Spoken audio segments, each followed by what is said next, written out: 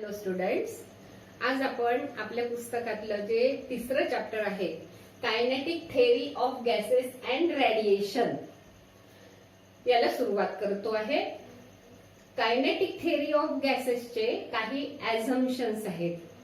त्या ऍझम्पशनच्या आधारावर आपल्याला वेगवेगळे इक्वेशन्स जे आहेत ते डिराईव्ह करायचे आहेत. हे ऍझम्पशन काय आहेत? त्यातले महत्वाचे काही ऍझम्पशन असे आहेत की the gas consists of a large number of tiny particles. These particles are known as molecules.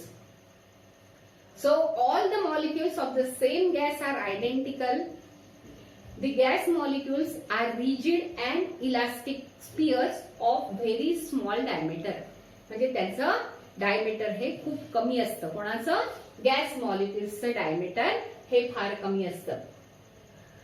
आणि त्यांच्यामधलं डिस्टन्स ऑफ सेपरेशन हे खूप जास्त असतं. They are widely separated. The distance between the two molecules of a gas is large compare to their size, their diameter, their radius. त्यानंतर हे gas molecules जे असतात ते रॅन्डम मोशन मध्ये असतात. आणि रॅन्डम मोशन मध्ये असल्यानंतर काय होतं? त्यांच्यामध्ये कोलिजन होतं वेगवेगळ्या मॉलिक्युल्स मध्ये आणि वॉल्स ऑफ द कंटेनर शी त्यांचं कोलिजन होतं. कोणाचं? गॅस मॉलिक्युल्सचं. हे कोलिजन्स आहेत ते इलास्टिक कोलिजन्स असतात. आणि कोलिजन, दोन कोलिजन मधला वेळ जो आहे तो खूप जास्त असतो compared to time of impact. म्हणजे ऍक्च्युअल जेव्हा कोलिजन होतं ते टक्कर होण्याचा जो कालावधी आहे तो खूप कमी असतो. त्याला म्हणतात टाइम ऑफ इम्पॅक्ट. जेव्हा ऍक्च्युअल टक्कर होते तेव्हा एकमेकांशी त्यांचा जो कॉन्टॅक्ट असतो तो कॉन्टॅक्ट होण्याचा टाइम हा खूप कमी असतो compared to the time interval between two successive collisions. तर आता आपण समजा सगळे मॉलिक्युल्स हे अगदी जवळ आणून ठेवले कोणाचे? गॅसचे. तर त्याची जी व्हॉल्यूम असते त्याला म्हणतात ऍक्च्युअल व्हॉल्यूम. म्हणजे 4/3πr³ ही एका मॉलिक्युलची व्हॉल्यूम असेल. तर समजा त्या गॅसमध्ये n नंबर ऑफ मॉलिक्युल्स असतील तर n टाइम्स 4/3πr³ ही त्याची काय होईल? ऍक्च्युअल व्हॉल्यूम होईल. पण त्या ऍक्च्युअल व्हॉल्यूमचा जर विचार केला तर त्या मानाने गॅस ज्या कंटेनर मध्ये भरला असतो त्या कंटेनरची व्हॉल्यूम ही खूप जास्त असते. आपण गॅसची व्हॉल्यूम म्हणजे कोणती धरतो? जी कंटेनरची व्हॉल्यूम असते. कारण गॅस तसा नुसता ठेवता येत नाही, तर त्याला कोणत्या तरी कंटेनर मध्येच आपल्याला भरावं लागेल. त्या कंटेनरची जी व्हॉल्यूम असते त्यालाच आपण गॅसची व्हॉल्यूम असे म्हणतो. आणि ही ऍक्च्युअल व्हॉल्यूम जी आहे ती खूप कमी असते गॅसच्या व्हॉल्यूम पेक्षा. म्हणजे गॅसची व्हॉल्यूम ऍक्च्युअल व्हॉल्यूम जी आहे ती खूप कमी असते. आणि ज्या कंटेनर मध्ये भरलेला असतो त्या पूर्ण कंटेनर मध्ये तो गॅस फिरत असतो.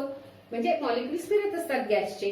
आणि म्हणून ती जी व्हॉल्यूम आहे ती व्हॉल्यूम ही total volume of a gas जी आहे ती जास्त असते ऍक्च्युअल व्हॉल्यूम पेक्षा.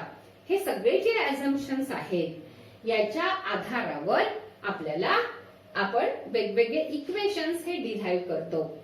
तर याला म्हणतात कायनेटिक थेअरी ऑफ गॅसेस. आणि रेडिएशन हे जे आहे तो हीट ट्रान्सफरचा एक प्रकार आहे. तुम्हाला माहिती आहे कंडक्शन, कन्व्हेक्शन आणि रेडिएशन. रेडिएशन हा काय आहे? हीट ट्रान्सफरचा एक प्रकार आहे की जिथे मीडियमची आवश्यकता नसते. आता आपल्याला तुमच्या आधीच्या अभ्यासामध्ये हे तुम्ही शिकले की मॅटर म्हणजे काय. आपल्याला ह्या गोष्टी रिवाइज करायच्या आहेत. ज्या मी बोर्डवर लिहिल्या आहेत त्या गोष्टी आपल्याला काही रिवाइज करायच्या. मॅटर म्हणजे काय? की substance that occupies the space and has definite mass.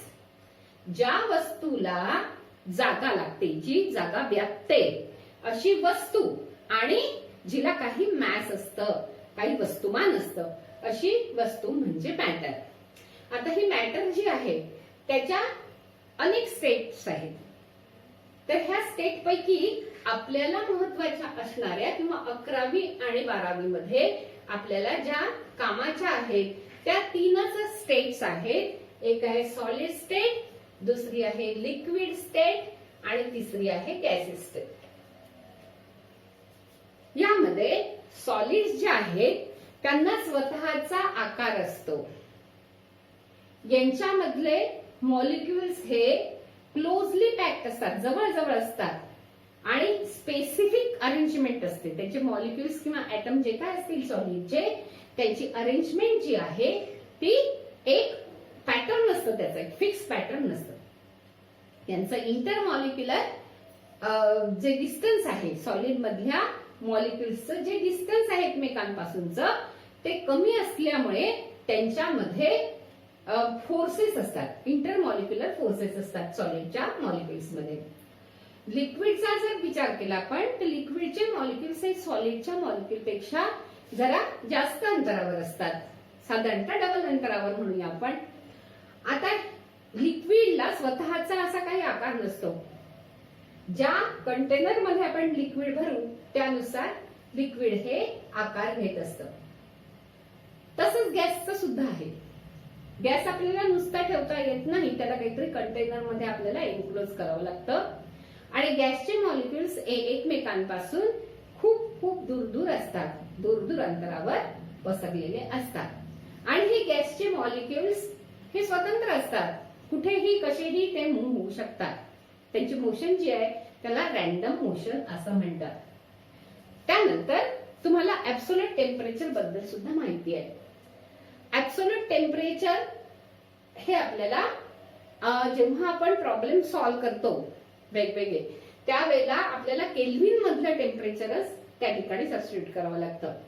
आणि ऍब्सोल्यूट झिरोची व्हॅल्यू आहे 273.15 degree centigrade minus 273.15 degree centigrade ही आहे ऍब्सोल्यूट झिरोची व्हॅल्यू.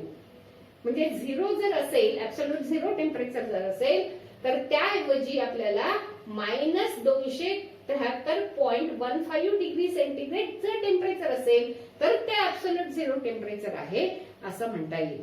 किंवा zero absolute is equal to minus 273.15 degree centigrade. हे कन्व्हर्शन आहे, डिग्री सेंटीग्रेड आणि ऍब्सोल्यूट टेम्परेचर मधलं हे कन्व्हर्शन आहे. मग जर आपल्याला डिग्री सेंटीग्रेड मधल्या टेम्परेचरचं ऍब्सोल्यूट टेम्परेचर मध्ये कन्व्हर्शन करायचं असेल तर आपल्याला हे 273.15 त्याच्यात ऍड करायचे असतात. डिग्री सेंटीग्रेडच्या टेम्परेचर मध्ये आपल्याला 273.15 ऍड केल्यानंतर आपल्याला केल्व्हिन मधलं टेम्परेचर किंवा ऍब्सोल्यूट टेम्परेचर मिळतं. थर्मोडायनामिक सिस्टीम जी आहे ती ऍब्सोल्यूट झिरो टेम्परेचरला लीस्ट एनर्जी स्टेट मध्ये असते. म्हणजे त्याची एनर्जी ही कमीत कमी असते. कोणाची? थर्मोडायनामिक सिस्टीमची एनर्जी ही ऍब्सोल्यूट झिरो टेम्परेचरला सगळ्यात कमी असते. त्यानंतर आपल्याला 1 मोल म्हणजे काय बघायचं. 1 मोल ऑफ ए सबस्टन्स. तुम्हाला हा कार्बनचा आयसोटोप माहिती आहे. कुठला? 6C12. ह्या कार्बनच्या आयसोटोपच्या 12 ग्रॅम मध्ये हे 1 मोल जे आहे, तर मोल हे अमाऊंट ऑफ सबस्टन्स साठी आपण युनिट म्हणून यूज करतो. 1 मोल ऑफ ए सबस्टन्स म्हणजे काय की ह्या कार्बनचा हा जो आयसोटोप आहे 6C12 याच्या 12 ग्रॅम मध्ये जेवढे ऍटम्स आहेत तेवढे पार्टिकल्स असणारी सबस्टन्स म्हणजे 1 मोल ऑफ ए सबस्टन्स. तर ह्या 6C12च्या 12 ग्रॅम मध्ये किती पार्टिकल्स असतात? ते असतात 6.022 इंटू 10 टू द पॉवर 23 इतके ऍटम्स असतात कार्बनच्या 12 ग्रॅम मध्ये. जो आयसोटोप आपण कन्सिडर करतोय तो 6C12 आहे, त्याच्यामध्ये एवढे पार्टिकल असतात. जसं आपण 2 डझन केळं म्हटलं की 24 केळं हे आपल्याला माहिती आहे. तसंच अवोगॅड्रो नंबर म्हटल्यानंतर इतके number of particles. Me particle का म्हणते? कारण की तो गॅस कदाचित जर मॉलिक्युलर स्टेट मध्ये असेल, म्हणजे मॉलिक्युलचा बनलेला असेल, जसं आपल्याला वॉटर व्हेपर आहे समजा, तर H2O असेल त्याचा फॉर्म्युला, त्याचे काय असतील, मॉलिक्युल्स असतील. तर या ठिकाणी हे पार्टिकल्स मी म्हणते ते एकतर ऍटम्स असतील किंवा मॉलिक्युल्स असतील किंवा आयन्स सुद्धा असू शकतात.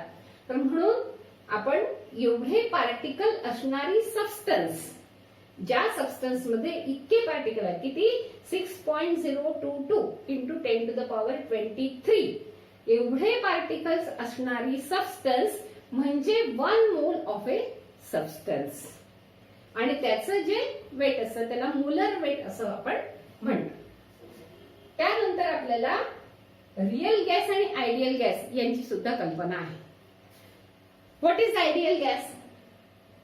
ए gas which satisfies all the assumptions of the kinetic theory of gases is an ideal gas. आणि ह्या आयडियल गॅसच्या assumption वरच आधारित आपण PV is equal to nRT हे इक्वेशन ऑफ स्टेट डिराइव्ह केलेलं आहे. कोणतं इक्वेशन, कुठलं डिराइव्ह केलं आपण? PV is equal to nRT. जो गॅस, हे जे इक्वेशन आहे PV is equal to nRT, हे प्रेशर आणि टेम्परेचरच्या प्रत्येक व्हॅल्यूला सॅटिस्फाय करतो. जो गॅस, हे इक्वेशन, कोणतं equation? PV is equal to nRT, हे इक्वेशन प्रेशर किती असू द्या, कमी असू द्या, जास्ती असू द्या, टेम्परेचर कमी असू द्या, जास्ती असू द्या, त्याची व्हॅल्यू कितीही असो, तरी ह्या प्रत्येक प्रेशरच्या आणि टेम्परेचरच्या व्हॅल्यूला जर हे इक्वेशन ट्रू राहत असेल, ओबे होत असेल, व्हॅलिड राहत असेल, तर त्यावेळेला त्या गॅसला आपण आयडियल गॅस असं म्हणतो. आता रियल गॅसेस जे आहेत ते लो प्रेशर आणि हाय टेम्परेचरला हे जे इक्वेशन आहे PV is equal to nRT हे इक्वेशन हे सॅटिस्फाय करतात. तर लो प्रेशर आणि हाय टेम्परेचर जेव्हा असतं तेव्हा रियल गॅसेस म्हणजे जे अस्तित्वात आहे, खरोखरचे गॅसेस जे आहेत, ते गॅसेस जे आहेत ऍक्च्युअल गॅसेस, ते जर प्रेशर कमी असेल आणि टेम्परेचर हाय असेल तर हे इक्वेशन सॅटिस्फाय करतात. मग तेवढ्या वेळापुरतं त्यांना आपण रियल गॅसेसला सुद्धा आयडियल गॅस म्हणून कन्सिडर करू शकतो. आता ह्या ठिकाणी P हा प्रेशर आहे ह्या इक्वेशन मध्ये, V हे व्हॉल्यूम ऑफ द गॅस आहे, N म्हणजे नंबर ऑफ मोल्स, जे आता आपण मोलचं कन्सेप्ट पाहिला. आपल्याला नंबर ऑफ मोल्स काढायचं असेल तर काय करावं लागेल आपल्याला, की आपण ते इक्वेशन बघणार आहोत नंतर. R म्हणजे युनिव्हर्सल गॅस कॉन्स्टंट आणि T म्हणजे ऍब्सोल्यूट टेम्परेचर. हे लक्षात घ्या, इथे जेव्हा T ची व्हॅल्यू सबस्टिट्यूट करायची आहे ती केल्व्हिन मध्ये करायची आपल्याला, हे लक्षात ठेवा. म्हणजे PV is equal to nRT मध्ये T हे टेम्परेचर जे आहे ते ऍब्सोल्यूट टेम्परेचर आहे. R हा युनिव्हर्सल गॅस कॉन्स्टंट आहे, N हे नंबर ऑफ मोल्स आहेत, म्हणजे त्या गॅसमध्ये किती मोल्स आहेत. तर ही अमाऊंट ऑफ सबस्टन्स आपण कशात मोजतो? मोल्स मध्ये. 4 मोल, 5 मोल, म्हणजे इतकं असेल, इतके पार्टिकल असेल तर 1 मोल, याच्या डबल असतील तर 2 मोल, याच्यात अर्धे असतील तर हाफ मोल. अशा पद्धतीने इथे N ची व्हॅल्यू आपल्याला सबस्टिट्यूट करायची आहे. P हा प्रेशर आहे, V ही व्हॉल्यूम आहे त्या गॅसची. तर हे इक्वेशन जो सॅटिस्फाय करेल त्याला म्हणतो आपण आयडियल गॅस. आणि रियल गॅसेस जे आहेत ते लो प्रेशर आणि हाय टेम्परेचरला हे आयडियल गॅस इक्वेशन सॅटिस्फाय करतात. म्हणून तेवढ्या वेळापुरतं त्यांना रियल गॅसेसला सुद्धा आयडियल गॅस म्हणून कन्सिडर करता येतं आणि हे इक्वेशन आपल्याला त्या ठिकाणी लावता येतं. आता इलास्टिक कोलिजन, तर कोलिजन कुठलेही असू द्या, इलास्टिक असो किंवा इनइलास्टिक कोलिजन असो, दोन्ही मध्ये law of conservation of linear momentum जो आहे तो उभे होतो. म्हणजे सिस्टीमचं इनिशियल मोमेंटम बिफोर कोलिजनचं मोमेंटम लिनियर मोमेंटम आणि सिस्टीमचं नंतरचं कोलिजन झाल्यानंतरचं एकूण मोमेंटम लिनियर मोमेंटम हे सारखं असतं, सेम असतं. तर आपण law of conservation of linear momentum म्हणतो. पण इलास्टिक कोलिजन मध्ये मात्र कायनेटिक एनर्जी सुद्धा कॉन्झर्व होते. Law of conservation of kinetic energy किंवा principle of conservation of kinetic energy हे सुद्धा ओबे करते. कोण? Elastic collision. ज्या कोलिजन मध्ये principle of conservation of kinetic energy obey केल्या जाते त्याला आपण इलास्टिक कोलिजन असं म्हणतो. त्यानंतर आपल्याला डॉल्टन्स लॉ बघायचा. डॉल्टन्स लॉ हा कशाबद्दल आहे? तो मिक्सचर ऑफ आयडियल गॅसेस करता आहे. जे नॉन इंटरॅक्टिंग गॅसेस आहेत त्यांचं जर आपण मिक्सचर घेतलं म्हणजे ते एकमेकांशी रिॲक्ट होत नाही अशा गॅसेसचं जर आपण मिक्सचर घेतलं, आयडियल गॅसेसचं मिक्सचर घेतलं तर pressure exerted by the mixture of gases which are non interacting is the sum of the partial pressure of individual gases. म्हणजे समजा 3 गॅसेस आपण त्याचं मिक्सचर तयार केलं तर त्या मिक्सचरनी एक्झर्ट केलेला प्रेशर जो आहे तो किती असतो? तर पहिल्या गॅसनी एक्झर्ट केलेला प्रेशर प्लस दुसऱ्या गॅसनी एक्झर्ट केलेला प्रेशर प्लस तिसऱ्या गॅसनी एक्झर्ट केलेला प्रेशर यांची जी बेरीज होते ती बेरीज म्हणजेच त्या मिक्सचर ऑफ गॅसेसनी एक्झर्ट केलेला प्रेशर हे सांगतो आपल्याला डॉल्टन्स लॉ. आता आपल्याला जे 3 महत्वाचे लॉज आपण पाहिले होते 11वी मध्ये ते होते बॉयल्स लॉ, चार्ल्स लॉ आणि गेल-ल्यूसॅक लॉ. ह्या तिघांच्या आधारावरच हे इक्वेशन आपल्याला मिळणार आहे. तर ते 3 लॉज आपल्याला आता बघायचे. बॉयल्स लॉ पाहू. बॉयल्स लॉ काय सांगतो? The pressure exerted by a given mass of a gas is inversely proportional to its volume किंवा volume is inversely proportional to the pressure. पण हे केव्हा होणार आहे? जर टेम्परेचर कॉन्स्टंट असेल तर. If the temperature of the gas remains constant then the volume of the gas is inversely proportional to the pressure exerted by the gas किंवा pressure exerted by the gas is inversely proportional to its volume. आता साधं आपण समजा एका cylinder मध्ये gas घेतला आणि त्या सिलेंडरला एअरटाइट पिस्टननी आपण समजा क्लोज केलं. याच्यामध्ये गॅस घेतला सिलेंडर मध्ये आणि याच्यावर एअरटाइट पिस्टन लावलं. आता जर हे पिस्टन जे आहे ते आपण इनवर्ड मूव्ह केलं तर काय होईल? नॅचरली व्हॉल्यूम कमी होईल गॅसची. ही नवीन आता व्हॉल्यूम झाली. आधी इथे होता पिस्टन तर एवढी व्हॉल्यूम होती म्हणजे आता व्हॉल्यूम कमी झाली आणि प्रेशर वाढला. आपण काय केलं? फोर्स अप्लाय केला. Force per unit area is pressure. म्हणजे आपण प्रेशर वाढवलं आहे म्हणजे pressure increases then the volume decreases. आणि हे केव्हा? ही जी मोशन आहे आपल्याला पिस्टनची ती स्लो मोशन ह्या ठिकाणी ठेवायची आहे. नाहीतर काय होईल? टेम्परेचर कॉन्स्टंट राहणार नाही. If the temperature remains constant, then and then only the Boyle's law is verified. And what is the law? V is inversely proportional to pressure or pressure is inversely proportional to volume. त्यानंतर आहे Charles law. Charles law काय सांगतो? The volume is directly proportional to the temperature if the pressure is constant. The volume of a fixed mass of a gas.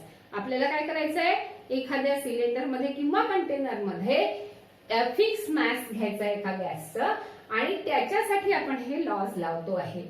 तर या ठिकाणी Charles law काय सांगतो? The volume is directly proportional to the absolute temperature किंवा at constant pressure.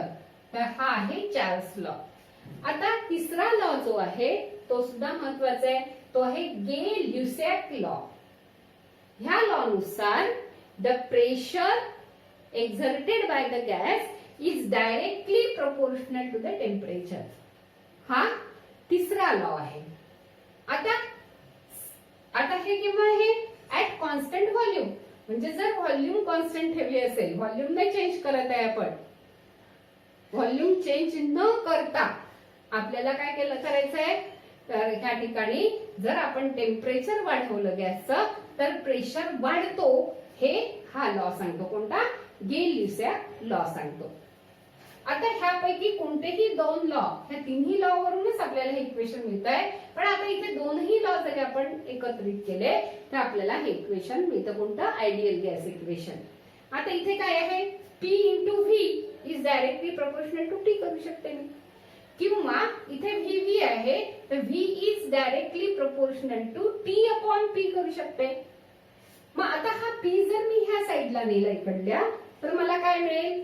PV is proportional to absolute temperature.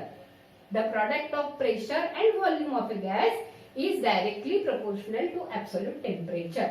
असं हे relation मला मिळेल. याचाच अर्थ काय होतो? दुसऱ्या पद्धतीने हे कसं लिहू शकते मी? P1 V1 upon T1 is equal to P2 V2 upon T2. आता या ऐवजी जर मला ही काय आहे? रिलेशन आहे, इनइक्वॅलिटी आहे. तिथे इक्वल टू ची साइन आहे का? नाही. तर इथे रिलेशनशिप आहे हे PV is directly proportional to T. जेव्हा मला या रिलेशनचं इक्वेशन मध्ये रूपांतर करायचं असतं तेव्हा मला कॉन्स्टंटची मदत घ्यावी लागते. जर 1 मोल ऑफ अ गॅस असेल तर त्यावेळेला मला लिहायचं आहे PV is equal to RT. पण जर गॅसचे जास्ती अमाऊंट असेल गॅसचा तर त्यावेळेला आपल्याला PV is equal to nRT लिहायचं आहे. N म्हणजे काय? नंबर ऑफ मोल्स, जो कन्सेप्ट आपण आधीच पाहिलेला आहे की 1 मोल ऑफ अ गॅस म्हणजे काय? ॲव्होगॅड्रो नंबर एवढे ऍटम्स किंवा मॉलिक्युल्स किंवा आयन्स असणारा गॅस म्हणजे 1 मोल ऑफ अ गॅस. जर त्याच्यामध्ये n मोल्स असतील, जो आपण घेतलेला गॅस आहे तो त्याची अमाऊंट किती असेल? n मोल्स असेल, तर मला लिहायचं आहे PV is equal to nRT. तर हे इक्वेशन मला मिळालं. n म्हणजे काय? Number of moles. आता नंबर ऑफ मोल्स कसं काढायचं आपल्याला? तर त्या गॅसचं एकूण मॅस भागीला त्याचं मोलर मॅस. आता मी जर ॲव्होगॅड्रो नंबर एवढे मॉलिक्युल्स घेतले समजा गॅसचे, किती? 6.022 इंटू 10 टू द पॉवर 23 एवढे मॉलिक्युल्स जर घेतले तर त्याचं स्वतःचं काहीतरी मॅस असेल ना त्या सगळ्या मॉलिक्युल्सचं मिळून. 6.022 into 10 to the power 23 number of मॉलिक्युल्सचं, जो गॅस मी घेतलेला आहे त्या मॉलिक्युल्सचं, त्या गॅसच्या मॉलिक्युल्सचं काहीतरी मॅस असेल, त्याला म्हणतात मोलर मॅस. ह्या मोलर मॅसनी म्हणजे 1 मोल ऑफ ए गॅसच्या मॅसनी मी जर एकूण मॅसला जर मी भागितलं म्हणजेच m अपॉन m0 केलं तर मला काय मिळणार आहे? Number of moles of a gas मिळणार आहे. म्हणजे गॅसचं टोटल मॅस भागीला त्याचं मोलर मॅस जर मी केलं तर मला मिळणार आहे number of moles of a gas. किंवा काय करावं लागेल मला की त्याचे एकूण मॉलिक्युल्स किती आहेत त्या गॅसमध्ये, दिलेला जो गॅस आहे कंटेनर मधला त्याच्यामध्ये एकूण मॉलिक्युल्स किती आहेत त्या मॉलिक्युल्सला ॲव्होगॅड्रो नंबरनी मला भागावं लागेल. म्हणजेच 6.022 इंटू 10 टू द पॉवर 23 नी ह्याला मला भागावं लागेल. म्हणजे मला काय मिळेल? Number of moles. आता माझं इक्वेशन काय होतं? PV is equal to nRT. ह्या n च्या ऐवजी मी आता n अपॉन na सबस्टिट्यूट करते. म्हणजे मला काय मिळेल? PV is equal to n upon na into RT. पण R अपॉन na हे जे आहे त्याला आपण म्हणतो Boltzmann's constant. R upon na च्या ऐवजी आपण काय सबस्टिट्यूट करणार आहोत? Boltzmann's constant Kb. आणि n मला इथे मिळेल. म्हणजे n म्हणजे काय आहे? Total number of molecules of the gas आहे. म्हणजे मला इक्वेशन आता काय मिळेल? PV is equal to NKBT. आता हा जर आपल्याला केबी ची व्हॅल्यू काढायची असेल तर आपल्याला काय केलेलं आपण? R upon Na is equal to KB ठेवलेलं आहे. R ची व्हॅल्यू किती असते? R ची व्हॅल्यू असते 8.314 जूल पर मोल पर केल्विन. ही कशाची व्हॅल्यू आहे? युनिव्हर्सल गॅस कॉन्स्टंट R जो आहे त्याची व्हॅल्यू आहे 8.314 जूल पर मोल पर केल्विन. आता ही व्हॅल्यू मला इथे सबस्टिट्यूट करायची आहे भागीला Na म्हणजे 6.022 इंटू 10 टू द पॉवर 23 ही जर व्हॅल्यू मी इथे ठेवली तर मला केबी ची व्हॅल्यू मिळणार आहे. म्हणजेच केबी बरोबर किती मिळणार आहे मला, जर मी असं केलं, काय केलं, आर च्या व्हॅल्यूला म्हणजे 8.314 ला मला काय करायचंय, जर मला केबी ची व्हॅल्यू पाहिजे आहे तर केबी बरोबर मला काय करायचंय, आर अपॉन एन ए करायचंय. आर किती आहे, आर आहे 8.314 आणि केबी किती आहे, एन ए किती आहे, सॉरी एन ए आहे 6.022 into 10 to the power 10 to 23. आता हे 23 वर घेतल्यानंतर -23 होतील आणि तुम्हाला माहिती आहे 8 मोठा आहे 6 पेक्षा म्हणजे 1 पॉइंट समथिंग येणार. तर केबी ची व्हॅल्यू किती आली, 1.38. असं केल्यानंतर हे कॅल्क्युलेशन केल्यानंतर केबी ची व्हॅल्यू येते 1.38 into 10 to the power -23 joule per kelvin. मग आयडियल गॅस जो आहे तो PV is equal to NRT किंवा PV is equal to capital N into KBT. ह्या ठिकाणचा हा एन जो होता स्मॉल एन तो होता नंबर ऑफ मोल्स, पण ह्या ठिकाणी हा जो कॅपिटल एन आहे तो दाखवतो total number of molecules of the gas. तर जो गॅस हे इक्वेशन सॅटिस्फाय करतो किंवा ओबे करतो त्याला आपण आयडियल गॅस असं म्हणत असतो. आता आपल्याला मीन फ्री पाथ चा कन्सेप्ट बघायचंय.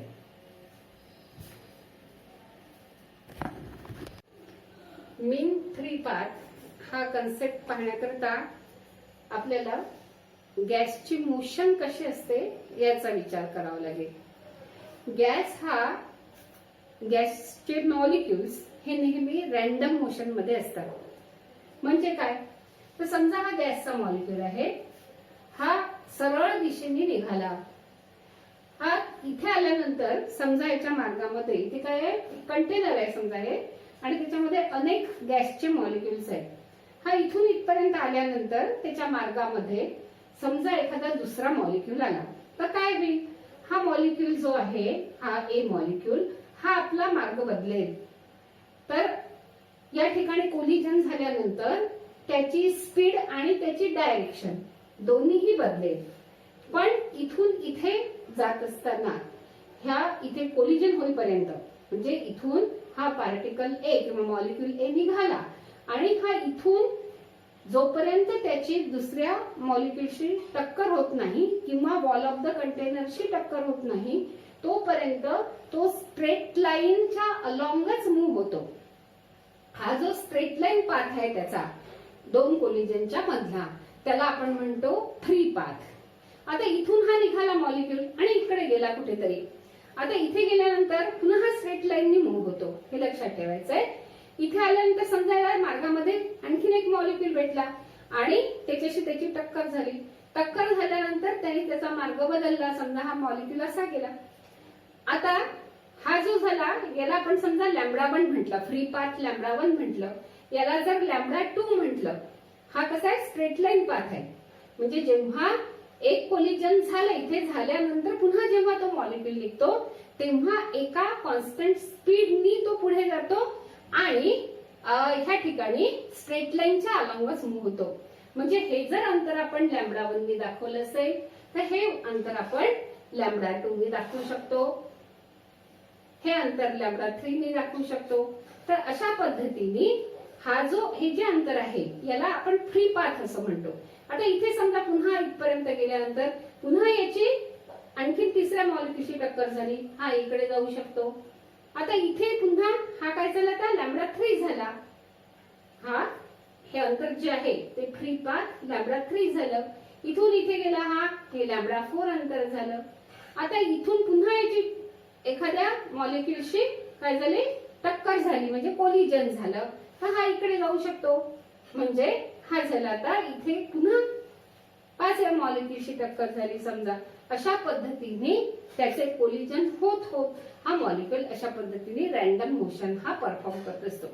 आता समजा ह्या ठिकाणी त्याने हे कोलिजन इथून निघाल्यानंतर हे पहिलं कोलिजन झालं, त्याच्यामध्ये लॅम्बडावर एवढं अंतर कव्हर केलेलं आहे. सेकंड कोलिजनच्या वेळेला त्यांनी लॅम्बडा 2 एवढं अंतर कव्हर केलं आहे. थर्ड कोलिजनच्या वेळेला त्यांनी लॅम्बडा 3 एवढं अंतर कव्हर केलं आहे.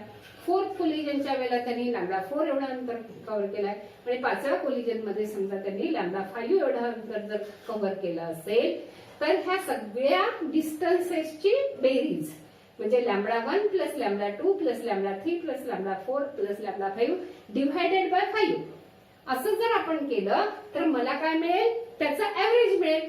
या फ्री पाथचा काय मिळेल, मला ऍव्हरेज मिळेल.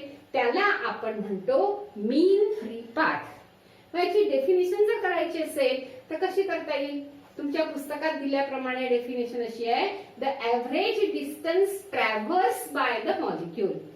त्या मॉलिक्यूलनी कव्हर केलेलं ऍव्हरेज डिस्टन्स सरासरी अंतर विथ कॉन्स्टंट व्हेलॉसिटी म्हणजे दोन कोलिजनच्या मध्ये त्याची जी स्पीड आहे ती कॉन्स्टंट आहे. With constant velocity, he velocity इथपर्यंत कॉन्स्टंट आहे. बिटवीन टू सक्सेसिव्ह कोलिजन, दोन सक्सेसिव्ह कोलिजन मध्ये त्याची स्पीड जी कॉन्स्टंट आहे त्या कॉन्स्टंट स्पीडनी तो मूव्ह होत असताना त्यांनी कव्हर केलेलं ऍव्हरेज डिस्टन्स, कशामधलं, दोन सक्सेसिव्ह कोलिजन मधलं ऍव्हरेज डिस्टन्स, त्याला आपण असं म्हणतो मीन फ्री पाथ. आता समजा मॉलिक्युल्स मोठे मोठे आहे असं समजू आपण. ह्या गॅसचे मॉलिक्युल्स जे आहेत ते खूप मोठे मोठे आहे असं समजू आपण. आता इथे एक मॉलिक्युल आहे, इथे एक मॉलिक्युल आहे, असे जर मोठे मोठे मॉलिक्युल असतील तर हा मूव्ह होत असताना त्याला अडथळा म्हणजे थोडा जरी कोपरा यायला लागला तरी काय होईल, त्याचं कोलिजन होईल. फॉर एक्झाम्पल आपल्याला माहिती आहे की समजा एखाद्या रस्त्यावरून एखादी सायकल चाललेली आहे तर सायकल पटकन कुठून तरी वळवून काढता येते. पण जर ट्रक चाललेला आहे तर त्या गर्दीच्या रस्त्यातून तो ट्रक काढणं कठीण जातं किंवा त्याचं कोलिजन होऊ शकतं पटकन. म्हणजे जर वस्तू मोठी असेल तर कोलिजन लगेच होईल आणि डिस्टन्स ट्रॅव्हल जे आहे ते कमी होईल. ह्या मॉलिक्युलच्या बाबतीमध्ये हे डिस्टन्स जे आहे ते कमी होईल. म्हणजे ह्या क्रॉस सेक्शन ऑफ द मॉलिक्युलशी हे निगडित असल्यामुळे डी स्क्वेअरला म्हणजे डायमीटर ऑफ द मॉलिक्युलला ते काय इन्व्हर्सली प्रोपोर्शनल आहे. कोण, लॅम्बडा. म्हणजे लॅम्बडा हे काय आहे, inversely proportional to the diameter of the molecule. का बरं, कारण मॉलिक्यूल जर मोठा असेल तर काय होईल, लगेच त्याचं कोलिजन दुसऱ्या मॉलिक्यूलशी होईल. लगेच त्याच्या मार्गामध्ये काही आलं तर पटकन कोलाइड होईल तो. आणि जर छोटासा मॉलिक्यूल असता हा तर काय झालं असतं, पटकन कुठून तरी मार्ग काढून तो निघून गेला असता मॉलिक्यूल.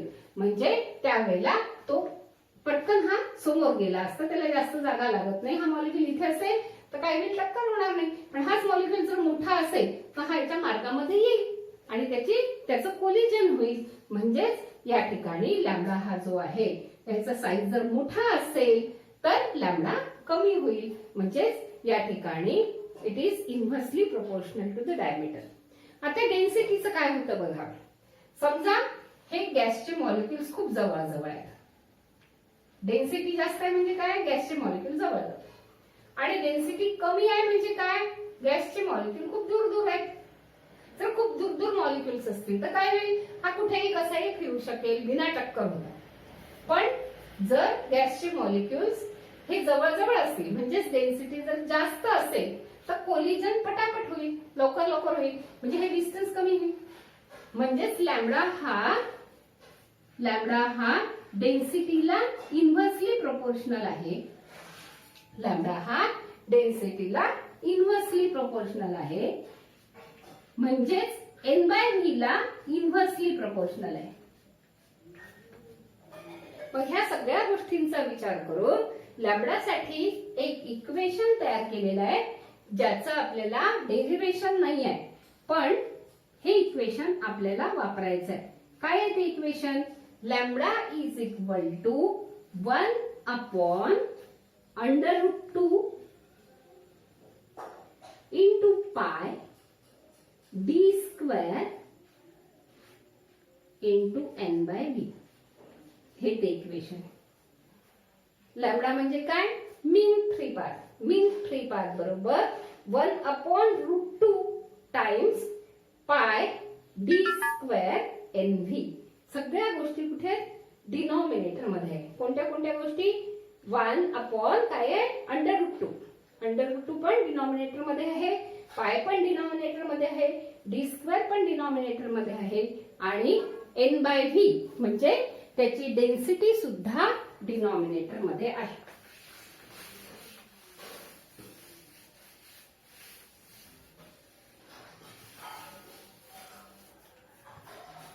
आता आपल्याला PV is equal to NKBT हे इक्वेशन माहिती आहे. थोड्या वेळापूर्वी आपण इक्वेशन काढलं. PV is equal to N म्हणजे total number of molecules of the gas, KB म्हणजे बोल्ट्झमॅन कॉन्स्टंट इंटू T. हे इक्वेशन आपण बघितलेलं आहे. आता ह्या इक्वेशन वरून मी n/v ची व्हॅल्यू काढू शकते. काय लिहू शकते? n/v बरोबर हा v इकडे घेतला मी, तर मला मिळेल P अपॉन KBT. मग ह्या n/v च्या ऐवजी मी ही व्हॅल्यू ठेवू शकते P अपॉन KBT. म्हणजे मला इथे मिळेल इज इक्वल टू 1 अपॉन √2 जसंच्या तसं, पाय पण जसंच्या तसं राहील, d² पण तसंच राहील. n/v च्या ऐवजी मला लिहायचं P अपॉन KBT. म्हणजे मला ह्या लॅम्बडा करता दुसरं एक्सप्रेशन मिळालं. लॅम्बडा म्हणजे mean free path is equal to Boltzmann constant into absolute temperature divided by √2 pi d² into P. तर ज्या पद्धतीने आपल्याला डेटा दिलेला असेल प्रॉब्लेम मध्ये त्यानुसार आपल्याला सबस्टिट्यूशन करून उत्तर काढायचं आहे. कशाचं? लॅम्बडाचं म्हणजे मीन फ्री पाथ. तर मीन फ्री पाथ म्हणजे काय? The average distance traverse by the molecule with constant velocity between two successive collisions is called mean free path. आणि तो लॅम्बडा ह्या अक्षरांनी दाखवतात. आपण पाहिलं की जेव्हा मॉलिक्यूल हा मूव्ह होतो तेव्हा तो स्ट्रेट लाईन पाथनेच मूव्ह होतो आणि जेव्हा त्याची टक्कर होते तेव्हाच तो मार्ग बदलतो. शिवाय त्याची व्हेलॉसिटी सुद्धा कॉन्स्टंट असते त्यावेळेला.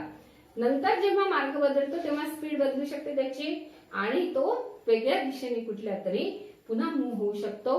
आणि हा जेव्हा मूव्ह होतो पुन्हा तेव्हा तो स्ट्रेट लाईनच्या अलॉंगच मूव्ह होतो. मग हे λ1 असेल अंतर, हे λ2 अंतर असेल. समजा दोनच कोलिजनचा आपण विचार केला तर आपल्याला जर लॅम्बडा काढायचा असेल, मीन फ्री पाथ काढायचा असेल तर λ1 प्लस λ2/2 करावं लागेल. अशा पद्धतीने आपल्याला मीन फ्री पाथ काढता येतो.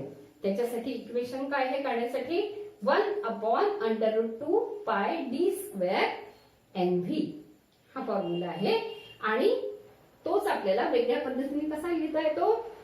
KBT upon √2 pi d² into P. तर अशा पद्धतीने आपल्याला प्रॉब्लेम जेव्हा सॉल्व्ह करायचे आहेत तेव्हा आपण जो डेटा दिलेला आहे तो बघून त्यात सबस्टिट्यूशन करून लॅम्बडाची व्हॅल्यू काढू शकतो. यानंतर एक प्रॉब्लेम आपल्याला बघायचा आहे. Let us solve example number 3.1 page number 58. The example is obtain the mean free path of nitrogen molecule at 0 degree centigrade and 1 atmosphere pressure. Means the temperature is given capital T, absolute temperature given that or data temperature is given as capital T is equal to 0 degree centigrade means 273 Kelvin. Then the pressure is also given. Pressure is equal to 1 atmosphere means 1.01 into 10 to the power 5 Pascal.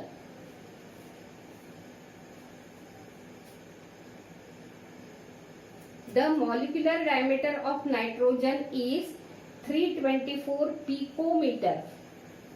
So diameter D is given as 324 into 10 to the power minus 12. Pico means 10 to the power minus 12 meter. Assume the gas to be an ideal one. Then we have to find out the mean free path. Here also the value of Kb means Boltzmann constant is needed, and it is 1.38 into 10 to the power minus 23 joule per Kelvin.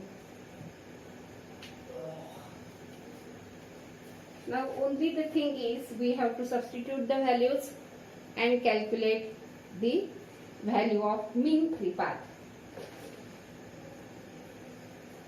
So we have studied the formula for mean free path as lambda is equal to kBT divided by under root 2 times pi d square into p. I have a little space, hence I shall write in the same line. So now we have to substitute the value of Kb. Kb is equal to 1.38 into 10 to the power minus 23. T is 273 Kelvin. Under root 2. Under root 2 is in the denominator. So the value of under root 2, 1 upon under root 2, it is 1 upon under root 2 comes out to be 0.707. Pi is 3.14. Diameter is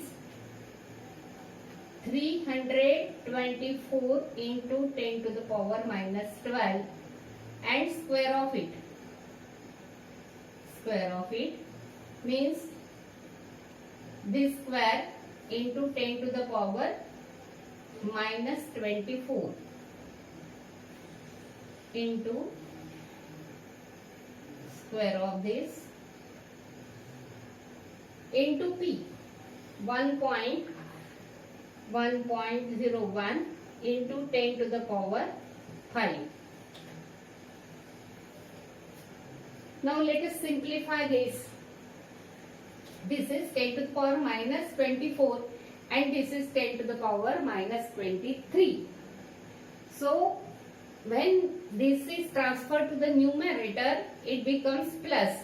So 10 to the power plus 1 and this becomes 10 to the power minus 5.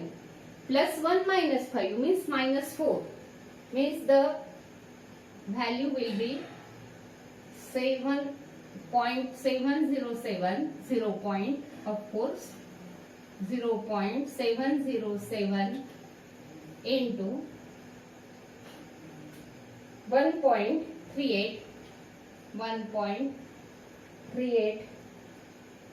into 273 into 10 to the power minus 4.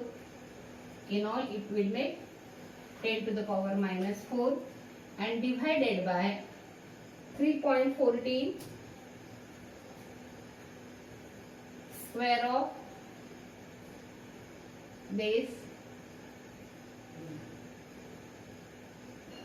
into 3.14 into 1.01. So here once again listen, 10 to the power minus 24 and here 10 to the power minus 23. हे denominator मधलं numerator मध्ये जेव्हा transfer होईल power तेव्हा हा plus होईल, म्हणजे plus 24 minus 23 म्हणजे प्लस 1 आला. प्लस 1 आणि हे 10 टू द पॉवर 5 डिनॉमिनेटर मध्ये आहे, ते न्यूमरेटर मध्ये गेल्यानंतर मायनस होऊन जातील. म्हणजे आपल्याला -1 -5 + 1 मिळेल. -5 + 1 म्हणजे -4, म्हणून इथे 10 to the power -4 आला. आता हे 0.707 हे 1/√2 चं उत्तर आहे, ते मी आधी घेऊन घेतलं. त्यानंतर केबीटी, केबी ची व्हॅल्यू आहे 1.38. 10 चा पॉवर आपण इथे कॅन्सल केलेला आहे. त्या ठिकाणी आपण पॉवर्स ची बेरीज करून टाकलेली आहे. न्यूमरेटर आणि डिनॉमिनेटर मधले पॉवर्स त्यांचं अर्थात न्यूमरेटर मधल्या पॉवर मधून डिनॉमिनेटर मधले पॉवर मायनस केलेले आहे. आता 273 राहिले इथे आणि 10 to the power -4 राहिलं न्यूमरेटर मध्ये. तर डिनॉमिनेटर मध्ये 324 चा स्क्वेअर राहिला, गुणिला हे 3.14 गुणिला 1.01. एवढ्याच गोष्टी आता शिल्लक राहिल्या. आपल्याला काय करायचंय, न्यूमरेटरचा लॉग काढायचा आहे, डिनॉमिनेटरचा लॉग काढायचा आहे आणि न्यूमरेटरच्या लॉग मधून डिनॉमिनेटरचा लॉग मायनस करायचा आहे आणि नंतर मग काय करायचं आपल्याला, त्याचा अँटी लॉग काढायचा आहे. म्हणून आधी मी 324 चा लॉग काढला तर याचा कॅरेक्टरिस्टिक 2 येईल आणि लॉग येतोय 0.5105. याला 2 नी मल्टिप्लाय करायचंय म्हणजे आपल्याला मिळेल 5.0210. त्यानंतर लॉग ऑफ 3.14 हे सगळं डिनॉमिनेटर करता करतोय आपण 0.4969. आता लॉग ऑफ 1.01 चा लॉग येतो 0. कॅरेक्टरिस्टिक 0 येईल 0.0043. या पूर्ण डिनॉमिनेटर मधल्या संख्यांच्या लॉगची बेरीज जर केली तर ती येते 5.5222. आता आपल्याला तसंच न्यूमरेटर करता सुद्धा करायचंय. न्यूमरेटर मध्ये पहिली संख्या आहे 0.707. तर 0.707 चा लॉग येणार आहे 1 बार 0.8494. त्यानंतर 1.38 चा लॉग आहे 0.1399. 273 चा लॉग आहे 2.4362. त्यानंतर 10 to the power -4, 10 चा लॉग असतो 0 आणि अर्थात या ठिकाणी रेज टू पॉवर -4 आहे म्हणजे 4 बार पॉइंट येईल आणि 0000 येईल. आता ह्या सगळ्यांची बेरीज केल्यानंतर मला मिळत आहे 2 बार पॉइंट 4255. हा पूर्ण झाला लॉग ऑफ न्यूमरेटर. आता डिनॉमिनेटरचा लॉग हा आहे एकूण आलेला बेरीज केल्यानंतर म्हणजे -5.5222 हा लॉग ऑफ डिनॉमिनेटर आहे, तो न्यूमरेटरच्या लॉग मधून मला मायनस करायचा आहे. तो मायनस केल्यानंतर उत्तर येत आहे 8 बार पॉइंट. हे मायनस आहे म्हणजे 5 हा मायनस होईल इथे आणि इकडचा कॅरीड 1 जो येईल तो पण मायनस राहील म्हणून हे 8 बार येईल. हे -2 -5 -1 म्हणजे हे येईल -8. आता याचं मला अँटीलॉग बघायचं आहे तर तो येतो 8004. आता मी काय केलं, एका घरानंतर डेसिमल पॉइंट दिला एका प्लेस नंतर आणि 10 to the power कॅरेक्टरिस्टिक जेवढा आहे तेवढा लिहिला. पण मला जर याला आपल्या पुस्तकानुसार जर 0.8 दाखवायचं असेल तर मला काय करावं लागेल, इथे काय केलं मी 10 to the power -1 नी गुणलं तर इथे आता 10 to the power 1 नी गुणावं लागेल म्हणजे मला काय मिळेल 0.8004 इंटू 10 to the power -7. अर्थात याला युनिट राहील मीटर, कारण की हे सगळ्या क्वांटिटीज ज्या आहेत त्या SI सिस्टीम मध्ये किंवा MK सिस्टीम मध्ये आहेत. आता जर आपण ही व्हॅल्यू कशाची मिळाली म्हणजे मला लॅम्बडा मिळालं. लॅम्बडा किती मिळालं, hence lambda is equal to 0.8004 into 10 to the power -7 metre.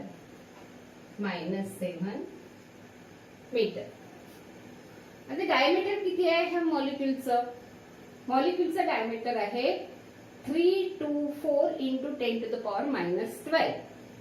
जर मला ही याला 10 to the power -12 मध्ये कन्वर्ट करायचं असेल तर मला 5 घरं इकडे सरकवावं लागेल म्हणजे हे होईल 80040 into 10 to the power -12 होईल.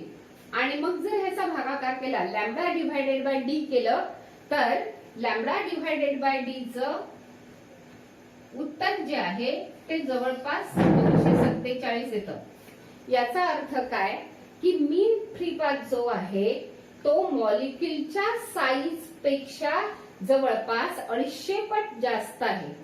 म्हणजेच मॉलिक्यूल एकमेकांपासून बऱ्याच दूर अंतरावर आहेत. म्हणजे किती 250 पट. म्हणजे मॉलिक्यूलचं जे डायमीटर आहे त्याचा आणि लॅम्बडाचा जर भागाकार केला तर आपल्याला 247 मिळतात. याचाच अर्थ काय की जवळपास 240, 245 किंवा 250 पट हे लॅम्बडाचं उत्तर आहे. कोणाच्या 250 पट? डायमीटरच्या 250 पट. म्हणजे त्या मॉलिक्युलचं जेवढं डायमीटर आहे त्याच्या मानाने लॅम्बडा हे खूप जास्त आहे. हेच आपल्याला या प्रॉब्लेम वरून शिकायचं आहे. तर अशा पद्धतीने आपण लॅम्बडासाठी KBT अपॉन √2 पाय d स्क्वेअर टी हा फॉर्म्युला वापरला. याऐवजी आपल्याला दुसरा फॉर्म्युला आपण शिकलो होतो 1 अपॉन √2 पाय इथे d स्क्वेअर n/v. या फॉर्म्युल्याने सुद्धा आपल्याला जर त्या पद्धतीने किमती दिलेल्या असत्या तर त्या पद्धतीने आपल्याला उत्तर काढता आलं असतं. So let us stop here.